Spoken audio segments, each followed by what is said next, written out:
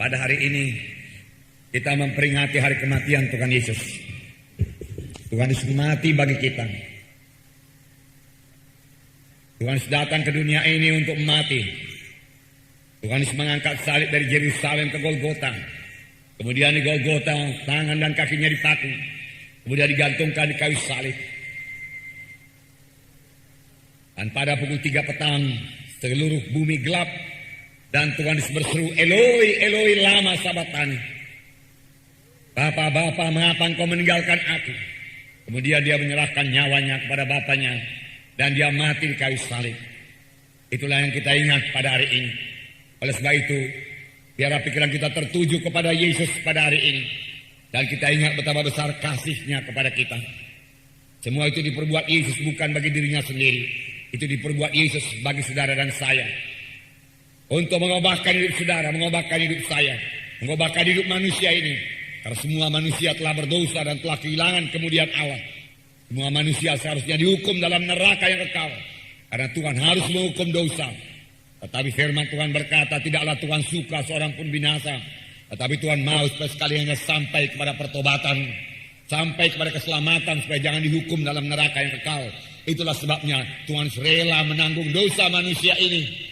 Dia ambil dosa saudara, kemudian dia dihukum menurut dosa saudara, menurut dosa manusia yang begitu keji, yang begitu hitam, legam, yang begitu berat, semua sudah ditanggung oleh Tuhan Yesus. Dan Tuhan berkata pada akhir hidupnya, dia berkata sudah genap. Berarti sudah genap ditanggung oleh Tuhan Yesus, dosa yang bagaimanapun besarnya. Jangan saudara berkata, saya tidak bisa diampuni Tuhan lagi, dosa saya terlalu besar. Hari ini hari rahmat Tuhan, hari kebebasan dari dosa dan akibat-akibat dosa. Karena Tuhan setelah mati bagi kita, dia rela mati bagi kita. Firman Tuhan berkata, Tuhan Yesus yang tidak mengenal dosa telah dijadikan dosa supaya kita jadi kebenaran. Saudara dan saya jadi benar dan boleh mewarisi hidup yang kekal. Tuhan berkata, manusia bagaimanapun baiknya engkau berusaha, engkau tidak akan sanggup mencapai surga. Surga memiliki standar yang sangat tinggi. Lagi pula, hai manusia, sebenarnya engkau telah mati di hadapanku. Bagaimana kau orang mati bisa berbuat perkara yang hidup? Orang yang mati rohani tidak mengerti perkara-perkara rohani. Orang yang mati tidak bisa ke surga. Orang yang mati rohaninya tidak bisa ke surga. Oleh sebab itu Tuhan datang memberikan kehidupan. Dan Tuhan berkata, akulah jalan dan kebenaran dan hidup. Seorang pun tidak sampai kepada Bapa kalau tidak melalui aku. Jelas Tuhan Yesus jalan satu-satunya ke surga. Sebab Tuhan Yesus berkata, seorang pun tidak sampai kepada surga, kepada Bapa kalau tidak melalui Yesus. Kalau tidak melalui kasih karunia Tuhan Yesus tersebut. Dengan segala usaha manusia, amal ibadah manusia, semua itu tidak akan mencapai surga. Mereka akan kecewa. Bahwasanya apa yang mereka perbuat itu, saudaraku, tidak bisa mencapai surga. Surga hanya bisa dicapai dengan Tuhan Yesus. Tuhan Yesus adalah jalan ke surga. Dan kita bersyukur kepada Tuhan. Kita telah bertemu dengan jalan tersebut. Kita telah bertemu dengan Yesus. Bahkan percaya kepada jalan tersebut. Percaya kepada Tuhan Yesus. Dan telah mengikut jalan tersebut. Dan telah mengikut Yesus dalam hidup kita. Tentu akhirnya kita sampai ke surga kepada hidup yang kekal. Haleluya. Hanya karena Yesus saja. Tuhan Yesus mengetahui hal ini dari mulanya. Pada waktu Adam dan Hawa jatuh kepada dosa, Tuhan telah datang ke dalam Taman Eden dan menyadarkan Adam dan Hawa. Hai Adam, hai Hawa, di manakah engkau? Adam, Hawa, di manakah engkau? Engkau telah jatuh dari kedudukanmu, Adam, Hawa. Sebelum engkau berdosa, kedudukanmu begitu tinggi. Sebelum engkau berdosa, engkau mulia. Sebelum engkau berdosa, engkau bisa bersekutu dengan aku. Sebelum engkau berdosa, engkau menikmati persekutuan denganku. Sebelum engkau berdosa, engkau mengerti perkara rohani. Dan kita bisa fellowship.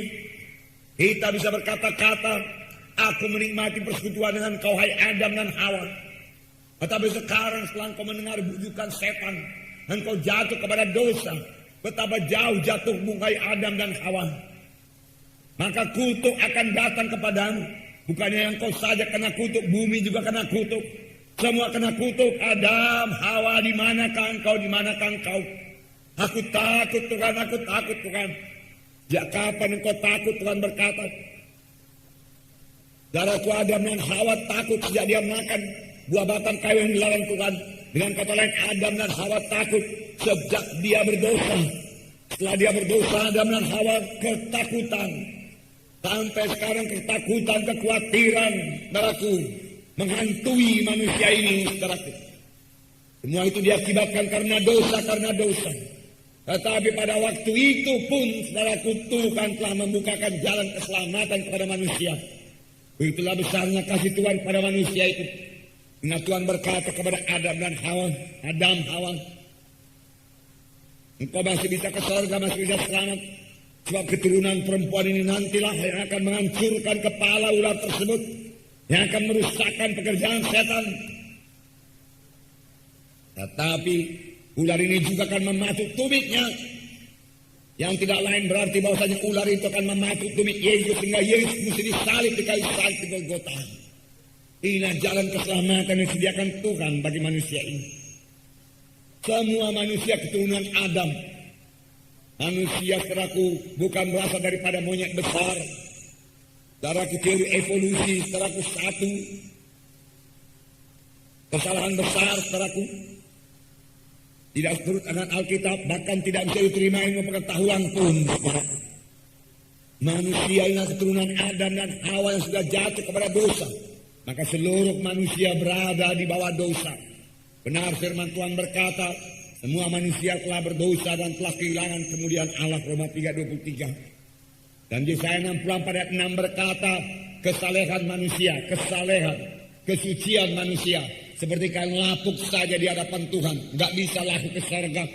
Bagaimanapun manusia ini berusaha berbuat baik, saudaraku, kerap kali pun selalu ada motif-motif yang lain dalam hati manusia tersebut supaya dipuji dan lain sebagainya, supaya dihormati, supaya dibilang pemurah, darah dan lain sebagainya. Sama sebagaimana Ananias dan Safira yang mati di hadapan Tuhan, mereka ingin dipuji, mereka mau menyombongkan diri, dan mereka juga dipuji sebagai Barnabas. Tetapi akhirnya hukuman Tuhan berlaku. Mereka memberi korban yang banyak, tetapi tidak berkenan kepada Tuhan. Segala usaha manusia yang mereka lapuk saja di hadapan Tuhan, tidak laku, tidak bisa masuk ke surga. Saudara, namun bukan pula berarti saudaraku setelah kita selamat kita bisa terus berbuat dalam kejahatan, bisa terus hidup dalam dosa, tidak bisa. Bahkan saudaraku setelah kita selamat, setelah kita berdosa, maka dosa kita lebih besar lagi. Ya, firman Tuhan berkata, setelah kamu mengenal kebenaran tetapi kemudian murtad, oh jangan saudaraku, jangan sampai murtad lagi setelah kenal kebenaran. Jangan sampai tinggalkan lagi Tuhan setelah mengenal Yesus sebagai Tuhan dan Juru Selamat. Saudara yang telah ditemukan Tuhan, firman Tuhan berkata, saudara telah merasa-rasakan karunia yang daripada Tuhan, tetapi kemudian berpaling, tidak disediakan darah lagi untuk menyucikan dosa kita. Hati-hati dalam hal ini.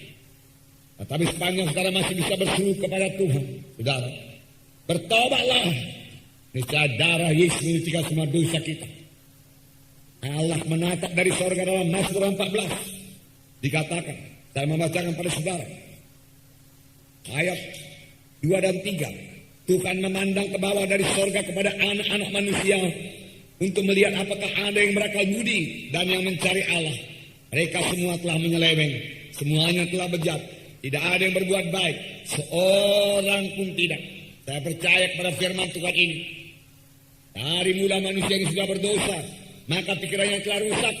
Bahkan mulai daripada zaman Nuh, firman Tuhan berkata, pikirannya jahat semata-mata. Dan pada zaman Nuh saja, firman Tuhan sudah berkata mereka menjalani hidup yang rusak di bumi ini. Dan bumi telah rusak karena dosa mereka. Sekarang juga pada akhir zaman. Dan firman Tuhan memang mengatakan keadaan pada akhir zaman sama seperti keadaan pada zaman Nuh. Yaitu dosa akan memenuhi bumi ini lagi. Pikiran manusia akan jahat semata-mata. Tetapi kita bukan di situ, amin saudara. Pikiran kita tidak jahat semata-mata, amin. Bahkan pikiran kita saudaraku mengusir semua kejahatan. Kita tidak mau memikirkan yang jahat. Pikirkan yang baik. Pikirkan perkara yang di atas. Pikirkan perkara rohani. Pikirkan pekerjaan Tuhan. Pikirkan Yesus yang baik. Pikirkan firman Tuhan. Amin, saudara. Ya. Firman Tuhan berkata, renungkanlah itu siang dan malam. Maka dengan demikian, perjalananmu akan berhasil dan engkau akan beruntung. Hai anakku, perhatikanlah perkataanku. Arahkanlah telingamu kepada ucapanku. Janganlah menjauh dari matamu. Simpan di lubuk hatimu. Masukkan dalam pikiranmu. Maka itu akan menjadi kehidupan bagi mereka yang mendapatkannya. Dan kesembuhan bagi seluruh tubuh mereka. Amin. Tadi firman Tuhan yang kita taruh dalam hati kita. Kita pikirkan firman Tuhan. Kita arahkan telinga pada firman Tuhan. Tidak menjauh dari mata kita. Membawa kehidupan bagi kita. Membawa kehidupan. Membawa keberuntungan. Keberhasilan bagi kita. Dan kesembuhan bagi seluruh tubuh kita. Amin. Tuhan menyediakan persediaan yang lebih dari cukup buat anak-anaknya.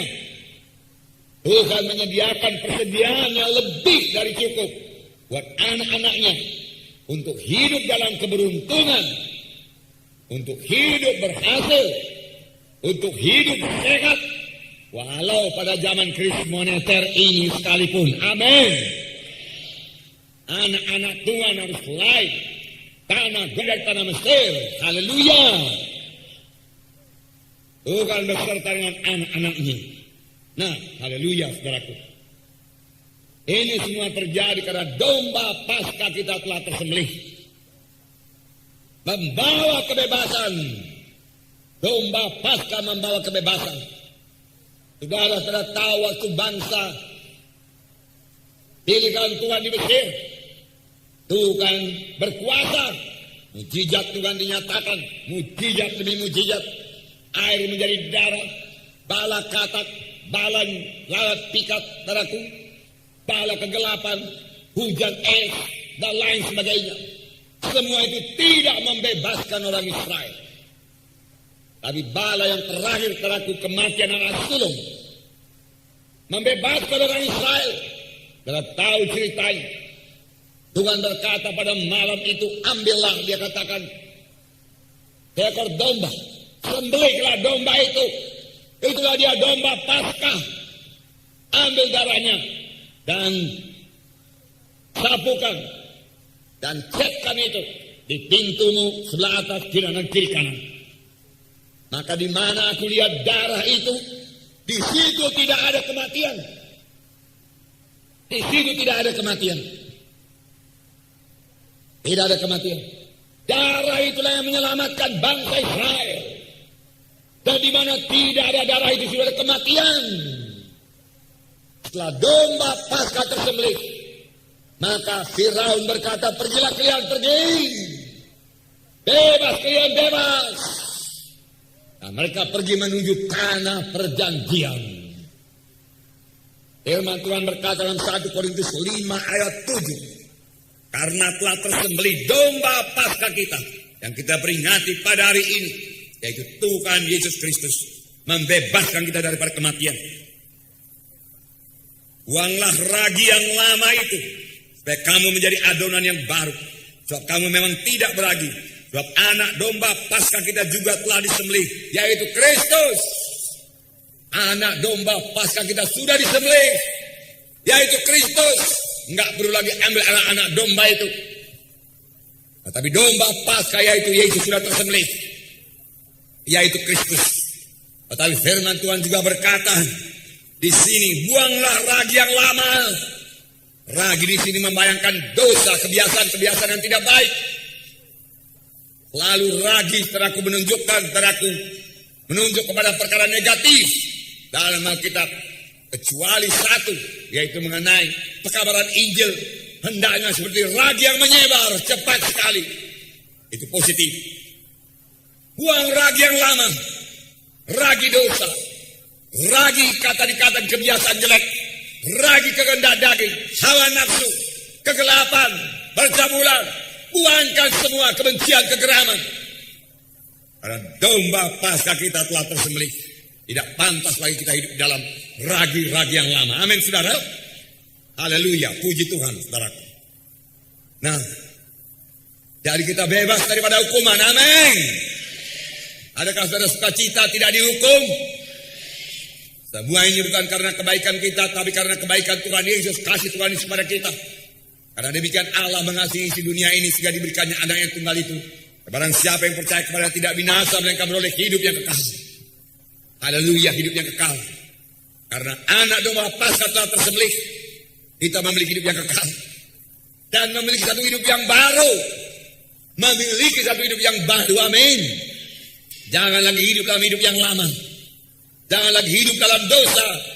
Jangan lagi hidup dalam kehendak daging. Hidup dalam kesucian Tuhan. Hidup menyangkal diri. Hidup dengan pikiran yang baru. Hidup pada jalan yang baru. Tinggalkan jalan yang lama. Hidup dalam kesucian. Tinggalkan kenajisan. Itu hidup yang baru. Hidup bergaul dengan Tuhan. Hidup bersekutu dengan Tuhan. Amin. Semua itu bisa jadi kalau saudara sudah hidup. Inilah berkat Paskah yang sangat luar biasa. Puji Tuhan. Puji Tuhan. Karena tiap-tiap dosa mesti dihukum. Kebenaran Tuhan menuntut tiap-tiap dosa mesti dihukum. Keadilan Tuhan menuntut tiap-tiap dosa mesti dihukum. Tuhan tidak akan berkata, hai manusia, engkau orang yang bersifat lemah. Aku tahu engkau akan jatuh kepada dosa. Oleh sebab itu, hai manusia, karena aku lihat dosamu belum mencapai titik maksimum, engkau boleh ke surga, mari. Tapi kalau sudah lewat limit maksimum ini ke neraka. Enggak begitu jalan Tuhan. Kalau Tuhan sampai berbuat demikian, Lucifer dan setan yang lain akan menuduh Tuhan. Dia tunjuk Tuhan. Engkau dahulu menghukum kami karena kami berdosa satu perkara kesombongan. Manusia berdosa banyak. Engkau berikan masuk ke surga. Kau katakan saya tidak mencapai titik maksimum. Kami hanya satu dosa, itu kesombongan. Tapi engkau buangkan kami ke bumi, kami menjadi setan. Engkau tidak adil, dia katakan. Setan masih bicara. Dalam buku Ayub dia bicara sama Tuhan. Kalau setan masih hidup, memang nasibnya nanti dalam neraka yang kekal. Oleh sebab itu Tuhan mesti menghukum dosa. Mari hidup, jangan berdosa. Tinggalkan semua dosa, tinggalkan semua kebencian Tuhan. Hidup benar di hadapan Tuhan. Amin. Haleluya. Hidup mengasihi Tuhan. Mematuhi undang-undang Tuhan. Haleluya. Nah, kita semua bebas daripada kutuk dosa dan menerima berkat Abraham. Galatia 3 ayat 13 dan 14. Saya membacakan pada saudara. Kita terima berkat Abraham dan kita bebas semua daripada kutuk dosa.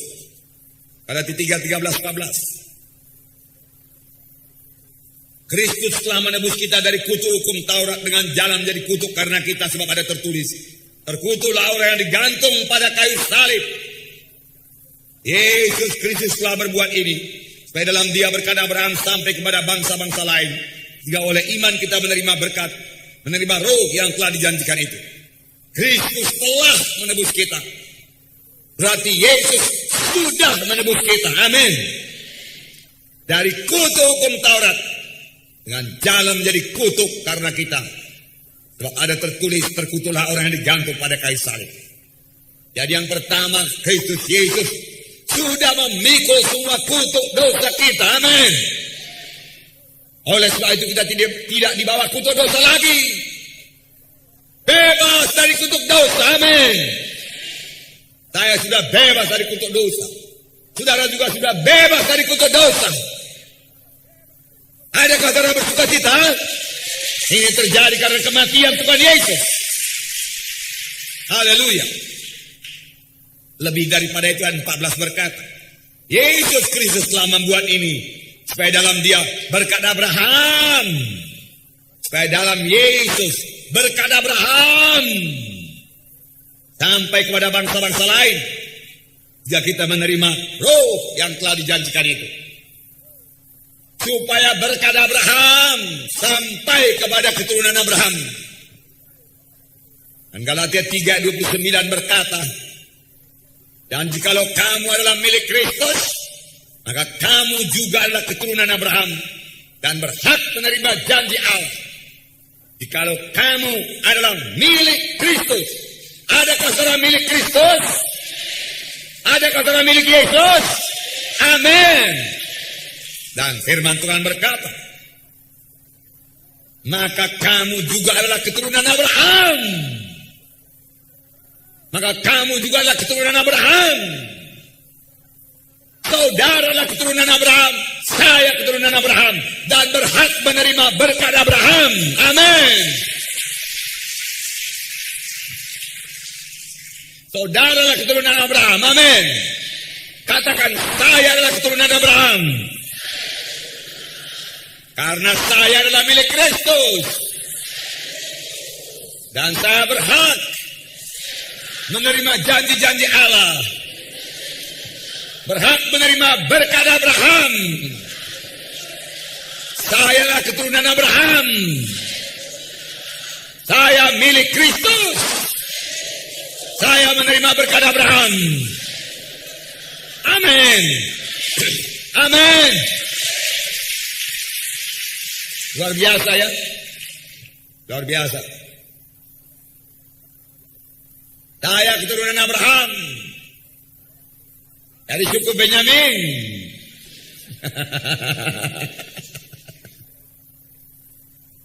Amin.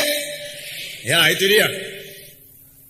Barang siapa memberkati Israel, dia diberkati Tuhan. Amin. Firman Tuhan waktu Tuhan memilih Abraham, Tuhan berkata, siapa yang memberkati engkau akan kuberkati, siapa yang mengutuki engkau akan kukutuki. Oleh sebab itu jangan kutuki Israel, berkati Israel, doakan Israel.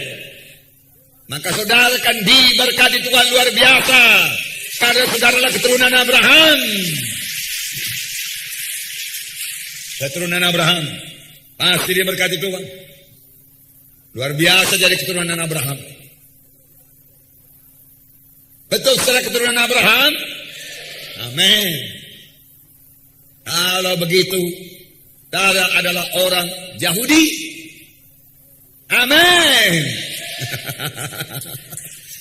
Walaupun jauh dicangkokkan, amin. Bangsa pilihan Tuhan, amin. Imam-imam yang berkerajaan, amin. Haleluya. Puji Tuhan.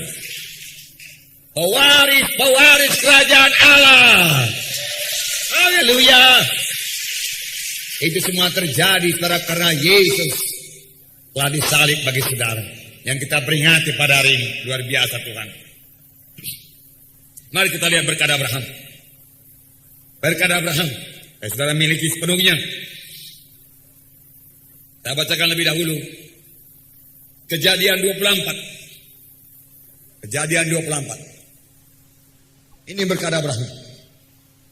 Kalau kejadian 12. Berkat pilihan Tuhan pada Abraham.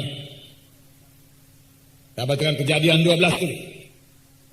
Mulai ayat 1. Berfirmanlah Tuhan kepada Abraham, pergilah ke negerimu, dan dari saudaramu dan dari rumah bapamu ke negeri yang akan kutunjukkan kepadamu. Aku akan membuat engkau menjadi bangsa yang besar. Amin.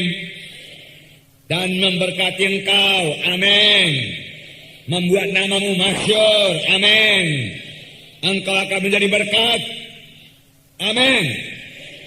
Aku akan memberkati orang-orang yang memberkati engkau dan mengutuk orang-orang yang mengutuk engkau. Dan olehmu semua kaum di muka bumi akan mendapat berkat. Haleluya. Inilah berkat Abraham. Sebagian dari berkat Abraham, berkat pilihan Tuhan. Dia dipilih dari orang banyak untuk menjadi bangsa pilihan Tuhan. Membuat engkau menjadi bangsa yang besar.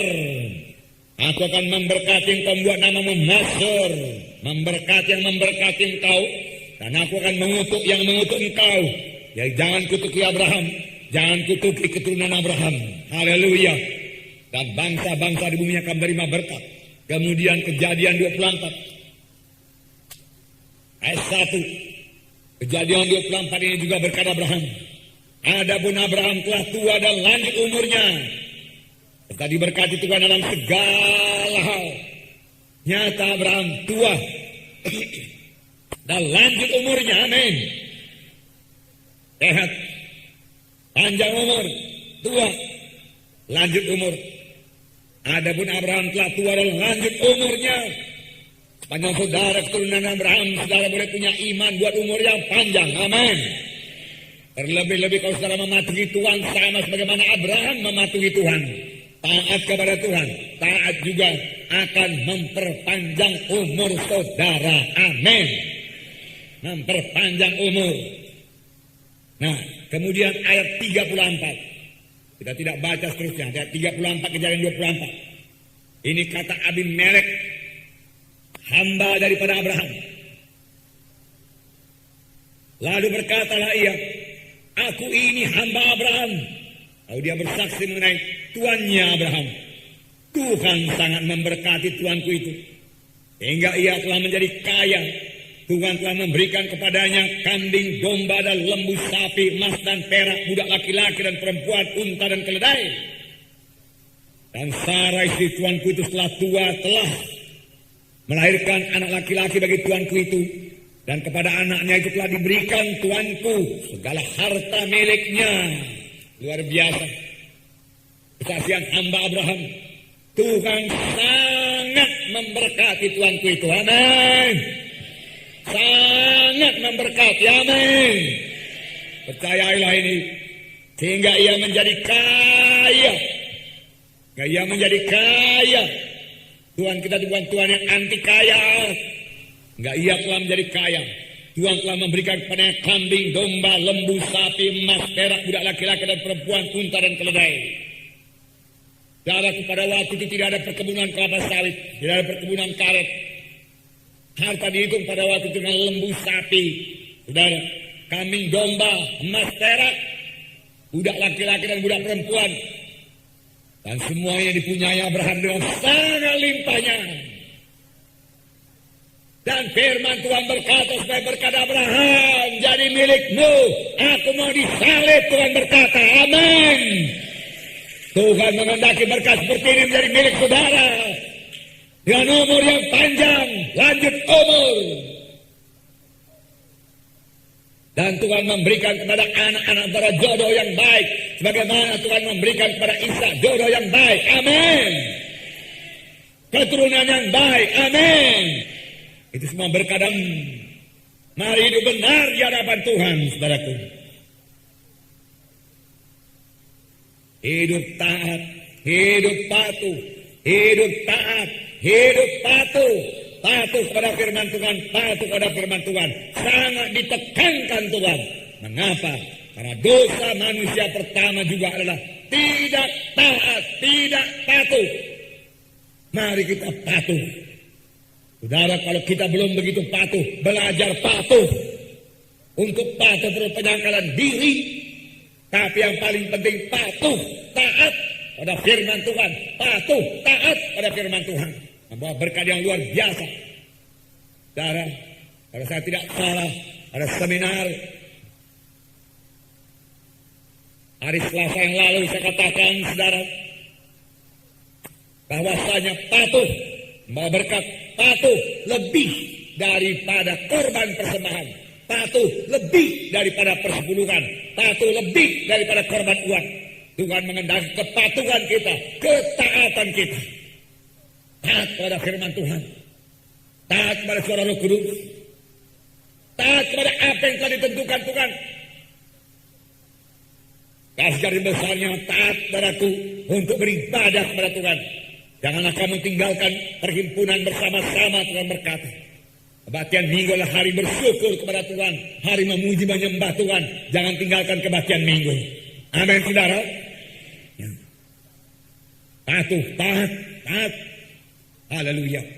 Ulangan 28. Ini juga Tuhan menekankan sekali lagi mengenai kepatuhan. Saya baca beberapa ayat. Ulangan 28. Ayat 1. Dapat saudaraku?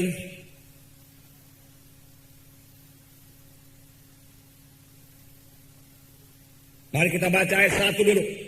Sama-sama. Jika engkau baik-baik mendengarkan suara Tuhan Allahmu dan melakukan dengan setia segala perintahnya yang kusampaikan kepadamu pada hari ini, maka Tuhan Allahmu akan mengangkat engkau di atas segala bangsa di bumi. Sekali lagi, belum semua membaca. Mari sama-sama membaca yang satu kuat-kuat. Jika engkau baik-baik mendengarkan suara Tuhan Allahmu dan melakukan dengan setia segala perintahnya yang kusampaikan kepadamu pada hari ini, maka Tuhan Allahmu akan mengangkat engkau di atas segala bangsa di bumi. Jadi yang pertama sekali, dengarkan suara Tuhan baik-baik. Dengarkan suara Tuhan baik-baik. Lakukan dengan setia. Lakukan dengan setia. Lakukan dengan setia. Misalnya memberi kepada Tuhan, memberi dengan setia. Bukan sekali memberi, bukan. Beri dengan setia. Setia memberi. Melakukan dengan setia segala perintahnya yang disampaikan pada hari ini. Maka Tuhan Allah akan mengangkat engkau di atas segala bangsa di bumi. Engkau akan menjadi orang yang terhormat, kehormatan, ditinggikan, itu artinya. Kita ditinggikan, kita dimuliakan karena Tuhan. Karena Tuhan. Saudara akan dimuliakan karena Tuhan. Orang hormat kepada saudara karena Tuhan. Orang mengenal saudara dan bisa mempercayai saudara karena Tuhan. Karena Tuhan.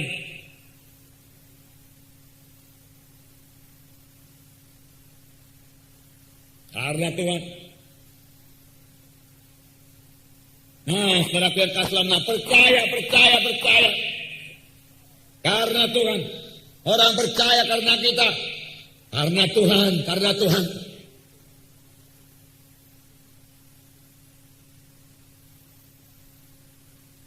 Waktu kami di Australia, saudaraku, orang yang kaya raya mengatakan kepada kami berdua suami istri. Dia tahu istri saya seorang dokter. Dia katakan kalau kamu mau membangun satu rumah sakit yang nanti untuk menolong orang-orang miskin dengan tidak menarik biaya yang besar, ada orang yang mau memberikan bantuan sepenuhnya. Peralatannya, apa yang dibutuhkan untuk itu, semua disediakan, dia katakan. Dia percaya. Tetapi saya berkata, tempat kami bukan di situ lagi. Tempat kami sudah menjadi hamba Tuhan, melayani Tuhan. Kami tidak akan punya waktu lagi untuk mengurus rumah sakit. Dia percaya. Dia berani mempercayakan harta begitu besar. Nah, saudaraku,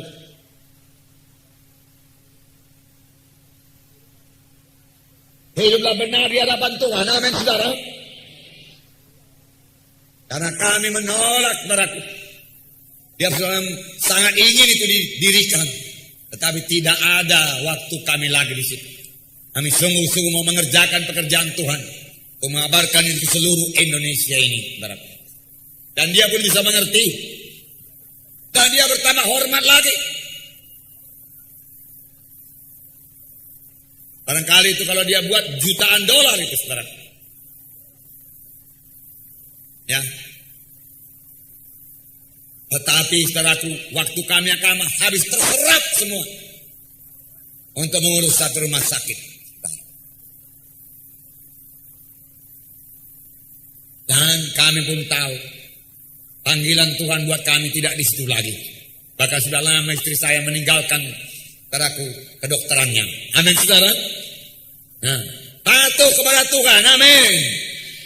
Bisa juga tidak patuh. Kemudian tergiur oleh satu jumlah uang yang banyak. Mulai meter dari jalan Tuhan. Banyak yang jatuh demikian. Nah, saudara yang kasih dalam nama Yesus.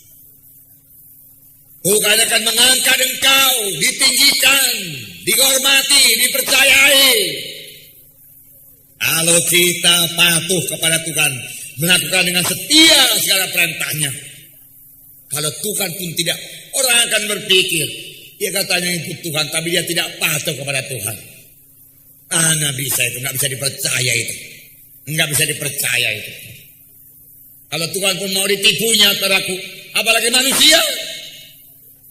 Apalagi manusia. Tuh. Nah, ayat 2. Segala berkat ini akan datang kepadamu dan menjadi bahagianmu jika engkau mendengarkan suara Tuhan Allahmu. Haleluya. Segala berkat ini akan datang kepadamu dan menjadi bahagianmu. Segala berkat datang dan menjadi bahagianmu.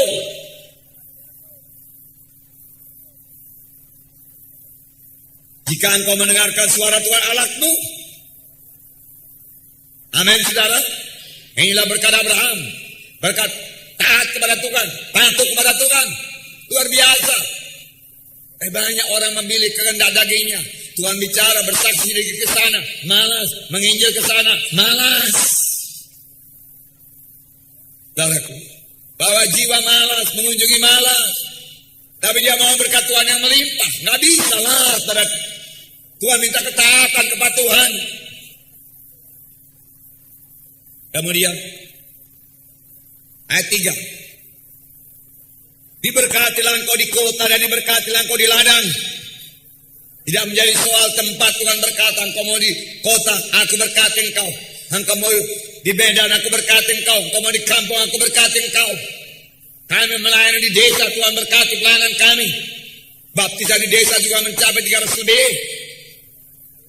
Jiwa-jiwa juga banyak di desa.